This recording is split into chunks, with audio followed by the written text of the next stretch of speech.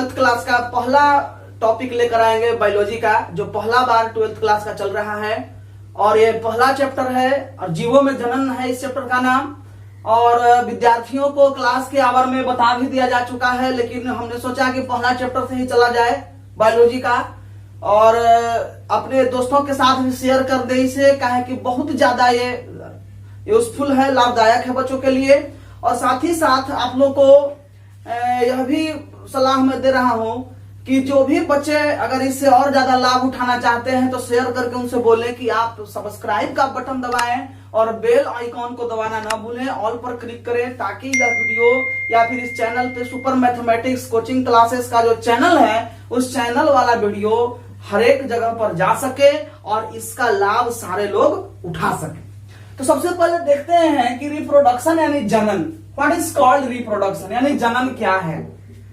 तो जनन वैसा प्रक्रिया है जिसके द्वारा कोई जीव अपने जैसा बच्चा को जन्म देता है, अपने जैसे दूसरे जीव को जन्म देता है, उसी को जनन। जनन वैसा प्रक्रम है, जीवों के लिए एक बहुत ही ज्यादा महत्वपूर्ण प्रक्रम है जनन, जिससे कि जीव जो होता है वो अपने जैसा नए संतति की उत्पत्ति करता है, उसको जनन कहते हैं। जनन से अनेकों लाभ हैं। सबसे पहला लाभ तो यह है कि जीवन चक्र आगे बढ़ता जाता है ना, यानी धरती पर से जीवों की संख्या कभी कम नहीं होती है। जनन का सबसे बड़ा यह लाभ है, लोगों का अस्तित्व बना रहता है, चाहे कोई भी जीव हो, उस जीव के अस्तित्व को बनाए रखने के लिए जनन बहुत ही आवश्यक चीज है, जनन बहुत ही आवश्यक प्रक्रिया है। तो हम लोग देखेंगे कि रिप्रोडक्शन किसे कहते हैं। तो रिप्रोडक्शन यानी जनन वैसा प्रक्रिया है जिसके द्वारा कोई जीव अपने जैसे दूसरे जीव का जन्म देता है, उसी को जनन कहते हैं। जनन दो प्रकार के होता है, पहला लैंगिक जनन यानी सेक्सुअल रिप्रोडक्शन और दूसरा अलैंगिक जनन एसेक्सुअल रिप्रोडक्शन। यानी मैंने बताया है पहले तो अलैंगिक जनन ही मैंने लिख दिया, एसेक्सुअल रिप्रोडक्शन, और दूसरा लैंगिक जनन यानी सेक्सुअल रिप्रोडक्शन। तो दोस्तों यदि आप कॉपी कलम किताब लेकर साथ में बैठ रहे हैं तो और ज्यादा लाभदायक होने वाला है वीडियो। इस वीडियो को अंत तक जरूर देखें और देखें कि सारे जनन या फिर अलैंगिक जनन के बारे में सिर्फ मैं बताने वाला हूं यहाँ पे, और दोनों का परिभाषा करके फिर जितने जो जनन है, जितने जो क्रियाएं हैं, सारी की सारी क्रियाएं अलैंगिक जनन वाली ही क्रियाएं होती। तो दोस्तों देखा जाए, सबसे पहले अलैंगिक जनन कहते किसे हैं। तो जनन की वैसी प्रक्रिया जिसमें सिर्फ एक ही भाग लेता है, एक ही जनक भाग लेता है, उसे हम लोग अलैंगिक जनन कहते हैं। लैंगिक जनन किसे कहते हैं। तो जनन की वैसी प्रक्रिया जिसमें नर और मादा दोनों भाग लेते हैं, उसे लैंगिक जनन कहते हैं। अलैंगिक जनन में नर और मादा की कोई आवश्यकता नहीं होती, एक ही जनक से अलैंगिक जनन हो सकता है, परंतु लैंगिक जनन में कम से कम दो को रहना जरूरी है, एक नर और दूसरा मादा। तो देखते हैं दोस्तों, अलैंगिक जनन अनेकों प्रकार के होते हैं। 10th क्लास में भी पढ़ने के लिए है, लेकिन उतना डेप्थ में पढ़ने के लिए नहीं है। यह वीडियो 10th के लिए भी लाभदायक होने वाला है और 12th के लिए भी लाभदायक होने वाला है। तो अलैंगिक जनन उसे कहते हैं जिसमें जो वैसा जनन जिसमें नर और मादा भाग नहीं लेता, सिर्फ एक ही जनक भाग लेता है, एक ही जन्म देने वाला भाग लेता है, उसे हम सब अलैंगिक जनन कहते हैं। अलैंगिक जनन में बहुत सारे ऐसे जीव हैं जो अलैंगिक जनन करते हैं। विखंडन, द्विखंडन, मुकुलन, कायिक प्रवर्धन, ऐसी अलैंगिक जनन की अनेकों प्रक्रियाएं हैं। सबसे पहले देखेंगे कि हम लोग देखेंगे कि एक पुंजक किसे कहते हैं। एक पुंजक एक टॉपिक है, एक पुंजक अथवा क्लोन, क्लोन नाम है इसका, क्लोन। एक पुंजक या क्लोन क्या है। तो एक पुंजक हम किसे कहते हैं। तो सबसे पहले देखेंगे कि जो आकार में भी और अनुवांशिकी गुणों में भी समान होता है, दो ऐसे जीव जिनका आकार भी समान है और जिनका अनुवांशिक गुण भी समान है, उसे हम एक पुंजक अथवा क्लोन कहते हैं। वैसे अनुवांशिक जीव, वैसे दो जीव, जिन दो जीवों का एक ही आकार हो और अनुवांशिक गुण में भी एक ही हो, उसे हम सब एक पुंजक अथवा क्लोन कहते हैं, जिसे हम सब दूसरे शब्दों में फोटोकॉपी भी कह सकते हैं। तो हम लोग देखेंगे कि अलैंगिक जनन किसे कहते हैं। तो अलैंगिक जनन हम लोग देखे कि जिस जनन में नर और मादा भाग न लेकर सिर्फ एक ही जनन भाग जनक भाग ले रहा है उसे हम सब अलैंगिक जनन कहते हैं।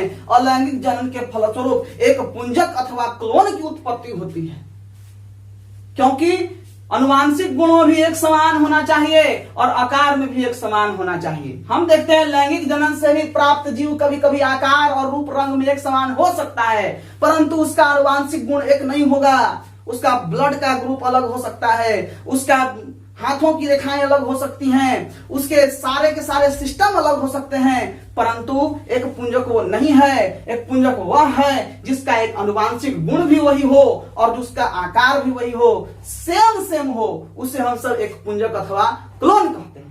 तो देखेंगे, उसके बाद देखेंगे अमीबा और पैरामीशियम नाम के दो छोटे छोटे सूक्ष्म जीव हैं। इनका जो है द्विखंडन विधि द्वारा जनन होता है दोस्तों। किस विधि द्वारा? द्विखंडन विधि द्वारा इसका जनन होता है।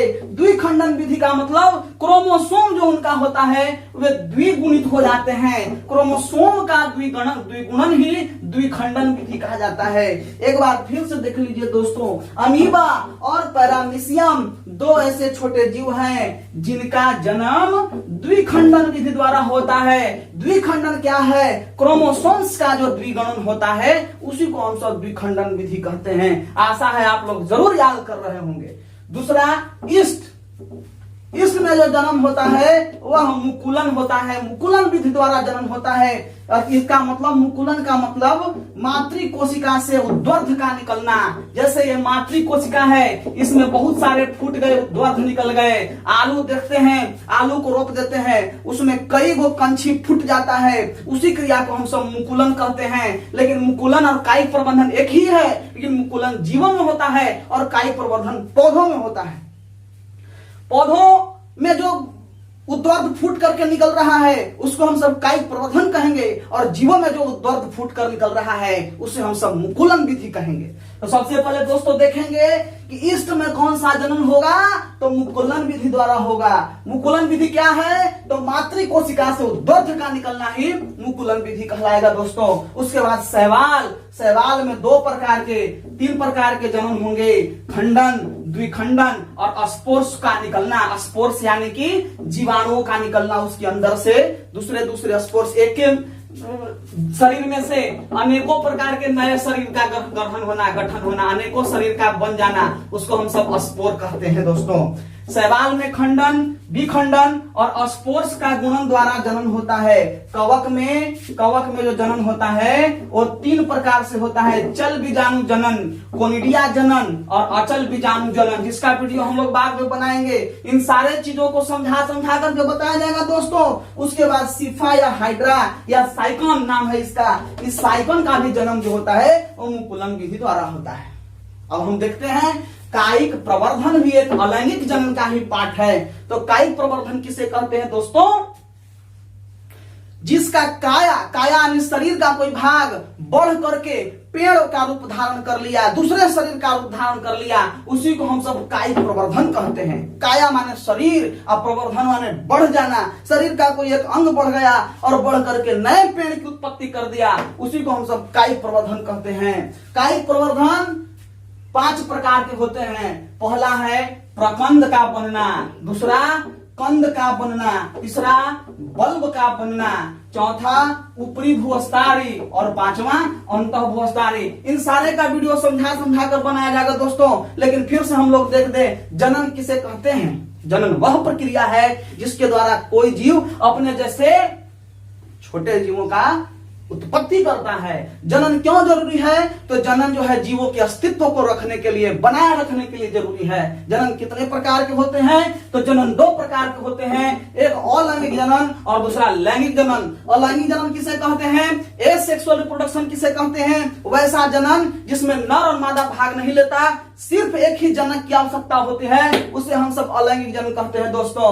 उसके बाद लैंगिक जनन किसे कहते हैं? सेक्सुअल रिप्रोडक्शन किसे कहते हैं? जिस जनन में नर और मादा भाग लेता है उसे हम सब सेक्सुअल रिप्रोडक्शन कहते हैं। एक पुंजक अलैंगिक जनन के फलस्वरूप बनने वाला चीज है, जीव है। एक पुंजक किसे कहते हैं? तो अलैंगिक जनन के फलस्वरूप बनने वाले वैसे 2 जीव जो आकारिकी तथा आनुवांशिक गुणों दोनों में एक समान ही हो, उसे हम सब एक पुंजक अथवा क्लोन कहते हैं दोस्तों। अच्छा, अमीबा या पैरामीशियम में किस प्रकार से जनन होता है? तो द्विखंडन विधि द्वारा। क्रोमोसोम का द्विखंडन या द्विगुणन को ही हम लोग द्विखंडन कहते हैं दोस्तों। ईस्ट का जन्म मुकुलन विधि द्वारा होता है। मुकुलन किसे कहते हैं? तो मातृ कोशिका से उद्वर्ध निकलने लगते हैं, उसे हम सब मुकुलन कहते हैं। शैवाल में खंडन, विखंडन और स्पर्श का निकलना ही यह विधि जो है अलैंगिक जनन का विधि है। कवक, कवक 3 प्रकार से जन्म लेता है। चल बीजाणु का बनना, कोनिडिया का बनना अथवा अचल बीजाणुओं का बनना। इसका वीडियो बाद में बनाया जाएगा। सिफा, साइकन या हाइड्रा का जन्म मुकुलन विधि द्वारा होता है, जो मुकुलन यहाँ पर बताया जा चुका है। कायिक प्रवर्धन किसे कहते हैं? तो कायिक प्रवर्धन उसे कहते हैं कि एक ही प्रकार के, एक ही अंग से दूसरे प्रवर्ध हो निकल गए और नए पेड़, नए जीवों की उत्पत्ति हो गई, उसे हम सब कायिक प्रवर्धन कहते हैं। कायिक प्रवर्धन 5 प्रकार के होते हैं: कंद, प्रकंद, बल्ब, ऊपरी भूस्तरे और अंतः भूस्तरे। तो आशा करते हैं इस वीडियो को आपको जरूर पसंद आई होगी। लाइक करें, सब्सक्राइब करें और बेल आइकन को दबा दें। तब तक के लिए धन्यवाद।